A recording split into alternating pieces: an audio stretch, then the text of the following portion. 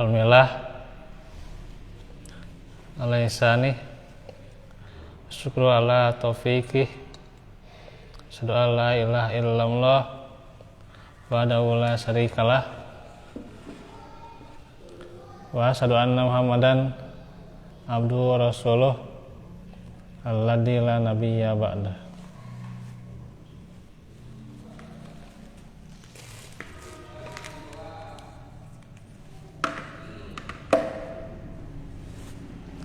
Alhamdulillah, ikhwatullah, kita kembali lagi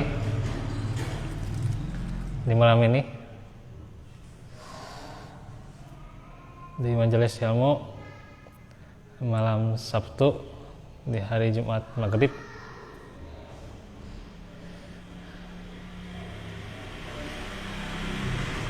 Dan sebelumnya juga mohon maaf atas keterlambatannya karena saya cukup jauh dari Sari Jadi gitu ya, setelah Sari itu sini gitu ya, jadi setengah jam lebih gitu ya. Alhamdulillah bisa bertegur sapa lagi gitu ya. Tadinya saya pikir mungkin pas di motor nggak akan lewat ke sini gitu ya, tapi karena udah terlanjur lewat depan, nah jadi bisa lebih sini gitu ya gitu. Nah,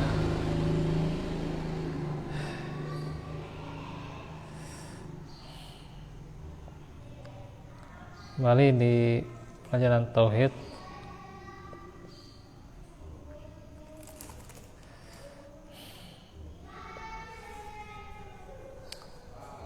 Kemarin sudah di tentang kufur ya. Berarti sekarang tentang munafik ya, atau nifak. Nah, munafik itu sebenarnya ada dua ya. Bisa munafik secara amal ya, atau munafik secara i'tiqad ya. Nah, munafik secara amal, nah itu bisa terjadi pada kita juga ya. Salah satu ya tanda kemunafikan adalah meninggalkan sholat berjamaah tanpa uzur gitu ya. Tanpa uzur syar'i ya. Nah, kalau seorang meninggalkan sholat berjamaah tanpa uzur syar'i, yaitu tanda kemunafikan. Nah, hati-hati ya. Kalau misalnya tidak ada uzur syar'i, tanda kemunafikan ya gitu. Tapi kalau ada uzur syar'i ya, uzurnya misalnya dari jalan ya itu wajar ya. Atau perjalanan jauh, safar dan sebagainya. Atau juga sibukannya tapi sibuk yang memang belum bisa menyegerakan sholat saat itu juga gitu ya. Nah, itu uzur syar'i ya gitu. Jadi tidak asal sibuk gitu ya. Kadang manusia yang akan sibuk padahal nggak sibuk gitu ya. Gitu. Nah, ini tanda kemunafikan itu diantaranya adalah meninggalkan sholat berjamaah ya, atau 3 tanda munafik ya. Ayatul munafik ya. Nah, itu tanda-tanda munafik diantaranya kan salasun kan gitu. Idza hasada kadzaba ya, kalau dia berkata dia berdusta ya. Kemudian weda tu'mina khona, kalau dikasih amanah dia berkhianat, dan juga kalau berjanji dia ingkar. Nah, itu adalah munafik, tapi munafiknya secara amal ya gitu.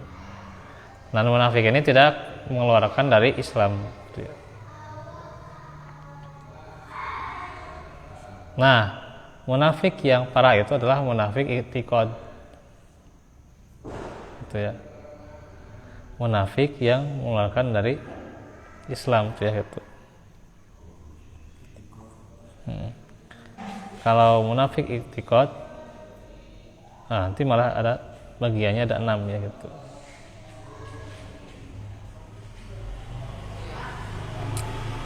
Nifaq amali terbagi jadi 5 ya.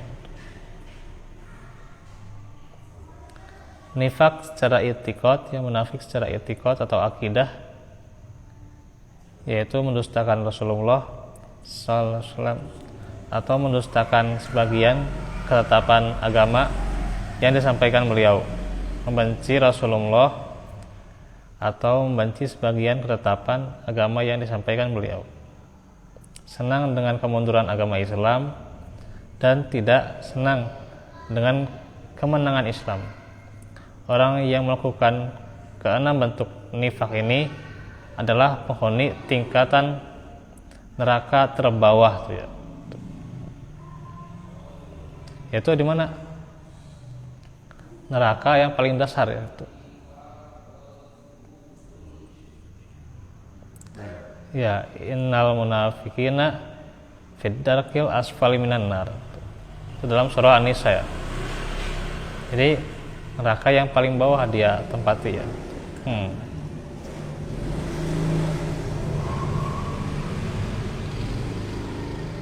Maka kita berlindung kepada Allah dari penyimpangan dan kemunafikan.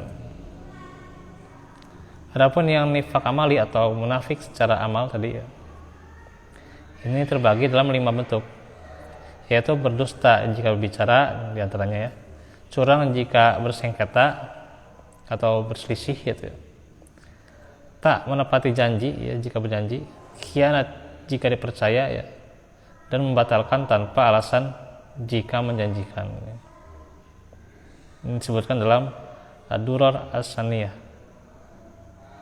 Jadi ini penyakit yang terkadang ada pada kita ya, yaitu munafik secara amal itu. Nah, ketika orang sudah berdusta ya walaupun itu misalnya dusta yang sedikit ya, ada dusta kecil ini gitu kan, kadang meremehkan ya, ada wadul saeutik katanya gitu. Iya, bohong sedikit ya, ini kadang meremehkan ya. Tetapi itu juga adalah tanda kemunafikan ya. Curang ya, nah, ini juga curang ya. Orang yang curang juga tanda munafik sebenarnya ya.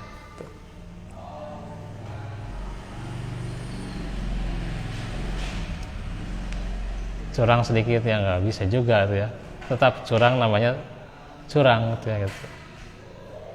Apapun alasannya namanya curang gitu ya. Walaupun sedang ulangan ya namanya curang kalau ketika itu melihat pada temannya gitu ya gitu. Ya, dikasih tahu dan sebagainya gitu ya. Nah, itu kan curang, tetap namanya curang gitu ya gitu. Gitu.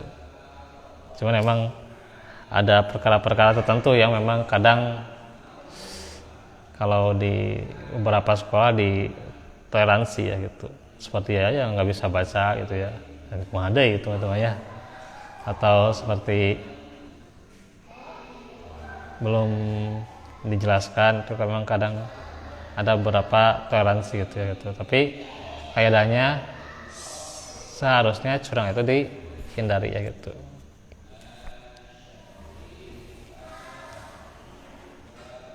Memang berat kalau misalnya ada murid apalagi sudah lama muridnya itu ya nggak bisa baca gitu ya.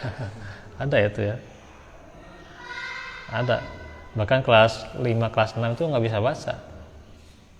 Ini kalau ulangan ini gimana itu ya, berat ya, apalagi kalau ujian.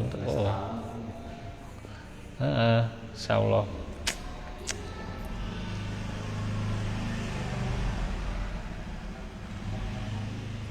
Kembali lagi nih ya, nifak secara amal diantaranya juga tidak menepati janji ya. Khianat jika dipercaya dan membatalkan tanpa alasan. berkhianat. Nah, itu orang yang munafik ya, secara amal. Atau membatalkan tanpa alasan, ini juga munafik. Karena itu kalau dalam sebuah urusan kita harus banyak bermusyawarah ya. Harus banyak bermusyawarah ya, urusan kerja, urusan mencari pasangan juga sama tuh ya. Musyawarah tuh gitu. Ada. Terus juga di dalam urusan dagang, misalnya bisnis, harus musyawarah itu juga. Dalam mengeluarkan pendapatan harus musyawarah. Ada istikharah itu juga ya. Ya walaupun istikharah nanti nggak harus sholat istikharah ya. Kalau tambah juga sholat istikharah ya itu lebih bagus lagi gitu ya gitu. Ya. Sebenarnya istikharah itu tidak mesti sholat. Sebenarnya saya dapat faedah dari Satroni ya tidak mesti sholat ya. Tapi kalau dia juga beristikharah dalam pikirannya dan bagaimana memutuskan apa yang terjadi, apa keputusan yang terbaik, nah itu istikharah juga sebenarnya ya. Tapi kalau ditambah dengan sholat ya, nah itu lebih baik lagi gitu ya. Itu istikharah itu ya. Istikharah yang ada istikharah. Nah itu. Ya, sholat istikharah itu tunjukkan yang terbaik. Malam hari ya. Bagusnya sih malam hari.